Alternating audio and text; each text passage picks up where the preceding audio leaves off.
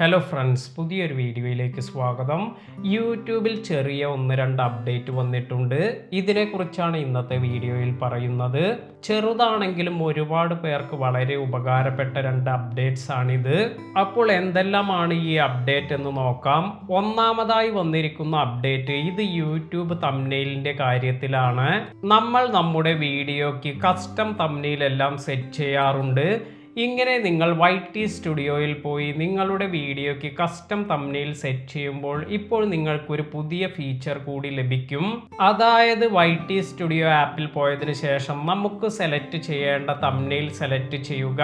അതിനുശേഷം സ്ക്രീനിൽ നിങ്ങൾ പിഞ്ച് ചെയ്യുകയാണെങ്കിൽ, അതായത് നമ്മൾ സെലക്ട് ചെയ്തിരിക്കുന്ന തംബ്നെയിൽ പിൻ ചെയ്ത് ഇത് എൻലാർജ് ചെയ്യാൻ സാധിക്കും. അതായത് ഇത് സൂം ചെയ്തെല്ലാം സെറ്റ് ചെയ്യാൻ സാധിക്കും.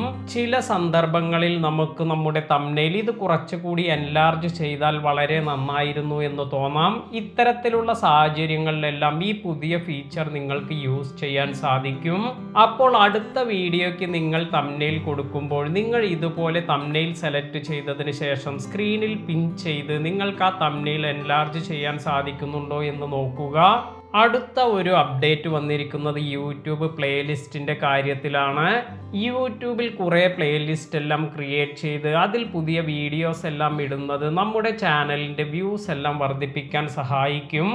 ഇങ്ങനെ കുറേ പ്ലേലിസ്റ്റ് എല്ലാം ക്രിയേറ്റ് ചെയ്യുമ്പോൾ ഇതിൽ ഒരു പ്ലേലിസ്റ്റ് കണ്ടെത്തുക എന്നത് കുറച്ച് ടൈം കൺസ്യൂമിംഗ് ആയ കാര്യമാണ്. അതിനാൽ തന്നെ യൂട്യൂബ് ഈ പുതിയ അപ്ഡേറ്റിൽ ഒരു പുതിയ ഫീച്ചർ കൂടി കൊണ്ടുവന്നിട്ടുണ്ട്. അതായത് നിങ്ങളുടെ പ്ലേലിസ്റ്റ് സെലക്ട് ചെയ്തതിന് ശേഷം ഇപ്പോൾ ഫിൽട്ടർ എന്ന പുതിയ ഒരു ടാബ് കൂടി നിങ്ങൾക്ക് കാണാൻ സാധിക്കും.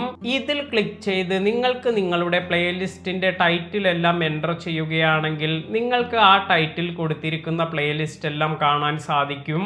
ഉദാഹരണമായി ഞാനിവിടെ പ്ലേലിസ്റ്റ് സെലക്ട് ചെയ്തതിന് ശേഷം ഫിൽട്ടർ എന്നതിൽ ക്ലിക്ക് ചെയ്ത് ടൈറ്റിൽ എന്ന ഭാഗത്ത് ഞാൻ യൂട്യൂബ് അപ്ഡേറ്റ് എന്നാണ് കൊടുക്കുന്നത്.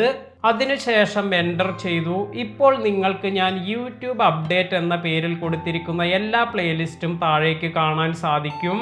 വീഡിയോ ഇൻഫോർമേറ്റീവ് ആയിരുന്നെങ്കിൽ ലൈക്ക് ചെയ്യുക. പുതിയ അറിവുകളുമായി മറ്റൊരു വീഡിയോയിൽ കാണാം. താങ്ക്